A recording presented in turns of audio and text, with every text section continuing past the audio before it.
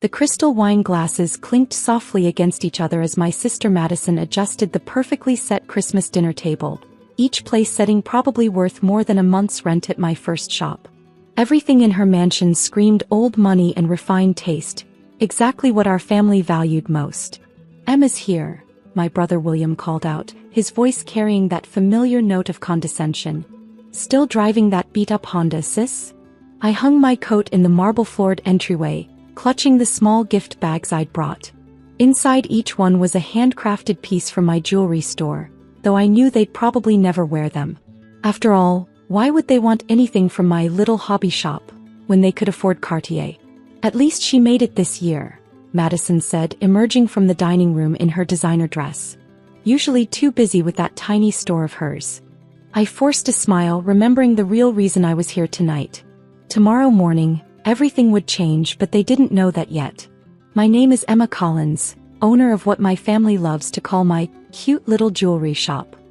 What they don't know is that Collins Artisan Jewelry is just the public face of my real empire, Phoenix Luxury Brands, one of the fastest-growing luxury retail conglomerates in the world." "Emma, darling." My mother air-kissed my cheeks, careful not to smudge her perfect makeup. "We were just discussing William's new position as VP at Goldman Sachs. And Madison's husband is about to make partner at his law firm." "That's wonderful," I said, taking a seat at the table. "The shop's doing well too, Dash." "Oh honey," my mother interrupted, "you don't have to pretend with us. We know small businesses are struggling these days." If only they knew that my small business had just acquired their precious Madison's favorite luxury brand last week. The paperwork would be public tomorrow morning, along with Forbes' annual billionaire list. "Speaking of business," William smirked, swirling his expensive bourbon, "I drove past your shop the other day. Still in that shabby part of town, huh? You know, I could help you get a real job. Entry-level positions are always opening up." I thought about the corner office I had in my real headquarters 40 stories above Manhattan, with a view that made William's VP office look like a storage closet. "I'm happy where I am," I replied, taking a sip of wine. "Actually, we're expanding, Dash." "Emma dear," my mother cut in again, "there's no shame in admitting when something isn't working out. Your father always said you should have gone into banking like William." "Yes, my father. The man who refused to loan me $10,000 to start my business 10 years ago, calling it a waste of time and money. He'd passed away 2 years ago, never knowing that his misguided daughter had built a multi-billion-dollar empire." Madison's husband George chimed in. "You know, Emma, my firm handles a lot of bankruptcy cases. If you need some advice." I bit back a laugh, remembering how my company had just bought out his firm's biggest client last month. They didn't know that either. "Actually," I started, but was interrupted by the butler announcing dinner was served. As we moved to the dining room, I checked my phone quickly. A message from my CO, "Everything's set for tomorrow's announcement. Forbes article goes live at 8 a.m. Perfect. The dinner was exactly what I expected, a parade of my siblings' accomplishments, punctuated by concerned looks and backhanded comments about my struggling business. "Did you hear about Phoenix Luxury Brands?" William mentioned between bites of perfectly cooked prime rib. "They're shaking up the entire luxury retail market. Very mysterious founder though. Nobody knows who's really behind it." I focused on my plate, hiding my smile. "Oh, yes, absolutely brilliant strategy," he continued, always eager to prove his business acumen. "They start by acquiring small artisan workshops, then leverage the craftsmanship to build luxury brands. They've bought out half the high-end jewelry market in the past year. Including your wife's favorite boutique, dear brother," I thought to myself. "Speaking of jewelry," Madison interjected, fidgeting with her massive diamond necklace, "Emma, you should see the new pieces George bought me from Luminance Jewelers. Now that's real luxury."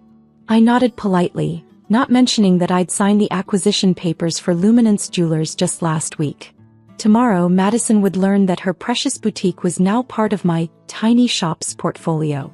"You know," my mother added, "it's not too late to sell that store and do something more substantial. You're not getting any younger, dear." I thought about the Forbes photo shoot I'd done last week, carefully staged to hide my face.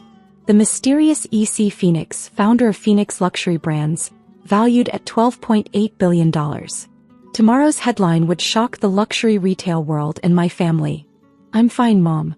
The store is doing better than you think. William laughed, nearly choking on his wine. Better? Emma, let's be real. You're running a tiny jewelry shop in the bad part of town. Meanwhile, Madison's on the board of 3 charities. I'm handling billion-dollar accounts and you're, what? Selling trinkets to tourists. I was about to respond when Madison's daughter Sophie burst into the room, waving her phone excitedly. Mom, did you see? Luminance Jewelers just announced they're being sold. All their social media accounts are going crazy. Madison's face fell. What? No, that's impossible. George, didn't you just buy me that necklace from them last week? I checked my watch, 7:45 p.m. Seems like some news was leaking early. Who bought them? George demanded, pulling out his phone. Some company called Phoenix Luxury Brands, Sophie read from her screen. They're buying like everything these days. William straightened in his chair, suddenly interested. Phoenix? They're the ones I was just talking about. Nobody knows who runs it, just some mysterious CEO who never appears in public. I heard they're announcing their full portfolio tomorrow, George added, scrolling through his phone. Along with the founder's identity.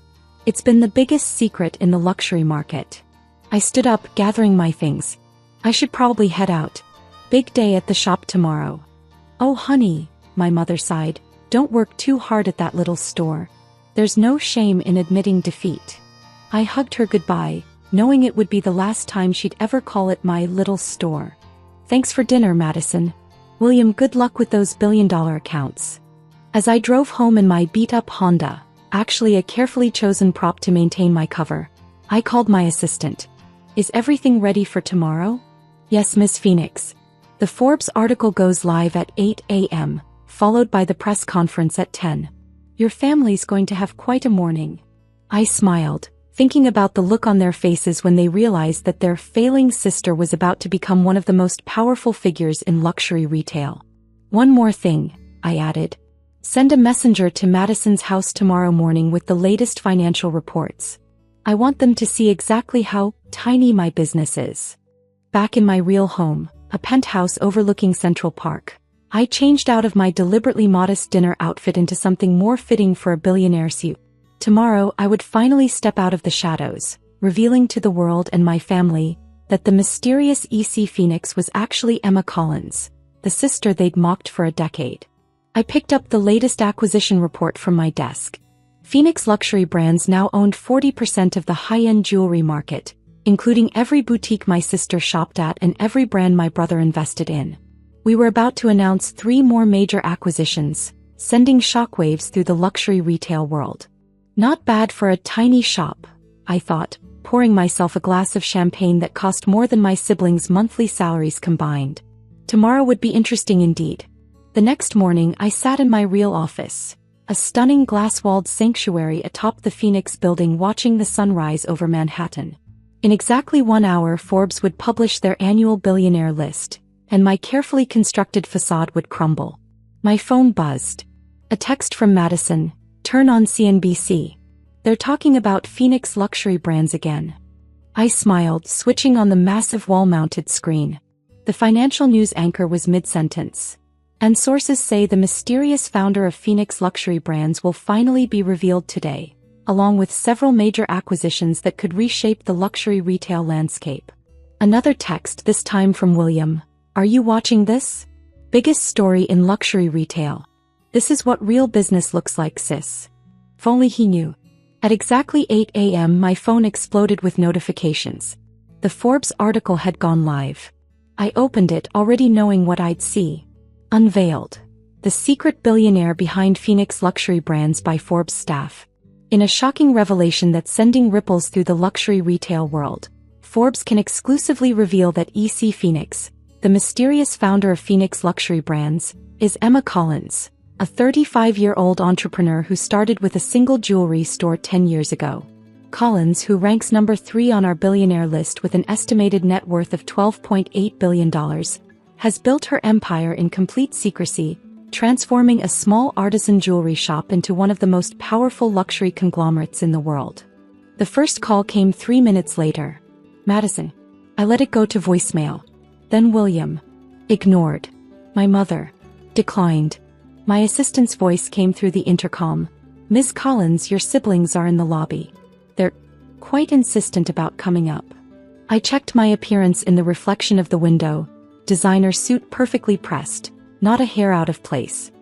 Send them up. The elevator doors opened and there they stood. Madison, her perfect composure shattered. William, his face red with a mixture of anger and disbelief. And George, clutching a copy of Forbes like it might bite him. Hello, I said calmly. Coffee. This is a joke, Madison sputtered, waving her phone. It has to be a joke. The company that just bought Luminance? I replied, walking to my desk. That's mine. Along with every other luxury boutique you've bragged about shopping at for the past year. William stepped forward, his banking expertise kicking in. But the market share, the acquisitions, the valuation, all real. I pressed a button and the wall of screens behind me lit up, displaying Phoenix Luxury Brands' portfolio. Every brand, every boutique, every acquisition, all built from that tiny shop you loved to mock. But last night, Madison collapsed into one of the visitor chairs. You let us laugh, make jokes, offer bankruptcy advice. I smiled. Yes, I did. I wanted one last family dinner with the old dynamic. For posterity. George was frantically scrolling through his phone. The firm's biggest client. The luxury mall development. Also mine, I confirmed. Phoenix Retail Properties, a subsidiary of Phoenix Luxury Brands. We own 60% of the high-end retail space in Manhattan. The elevator dinged again. My mother stepped out looking like she'd aged 10 years overnight. Emma, she whispered. Why didn't you tell us? I leaned back against my desk, taking in their shocked faces. Tell you what exactly? That the daughter you dismissed as a failure built a multi-billion-dollar empire? That while you were bragging about charity boards and VP titles, I was acquiring the very brands you used to prove your success.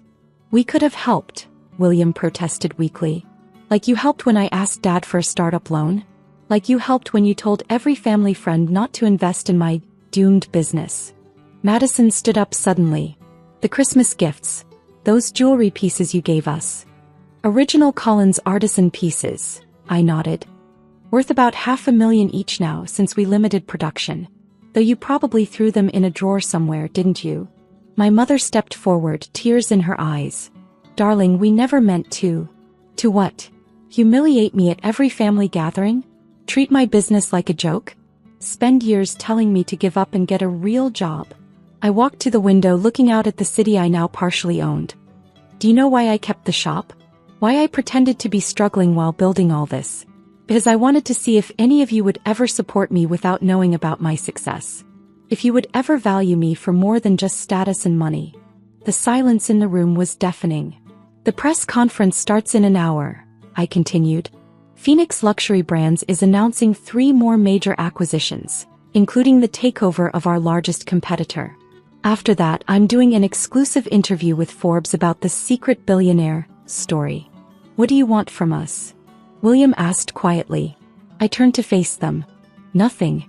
I have everything I could want. The question is, what do you want from me?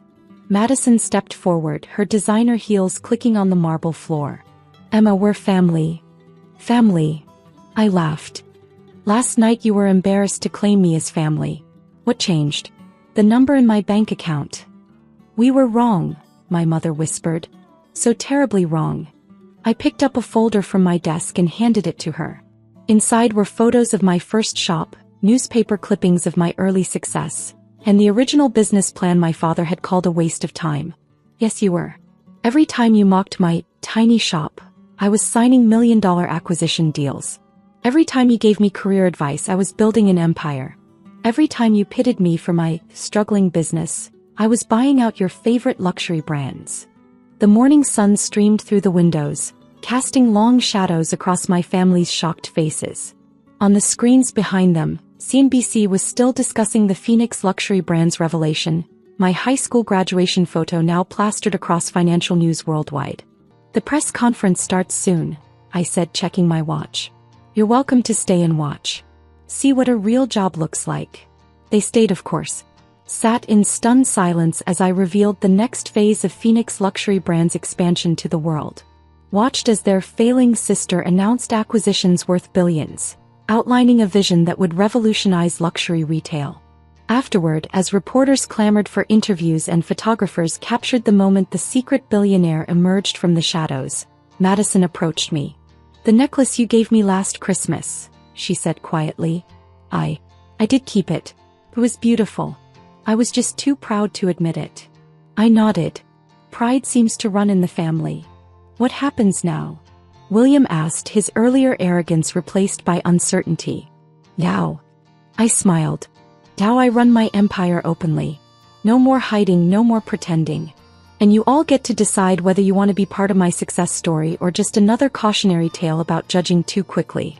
My mother stepped forward one last time. "Your father. He would have been proud."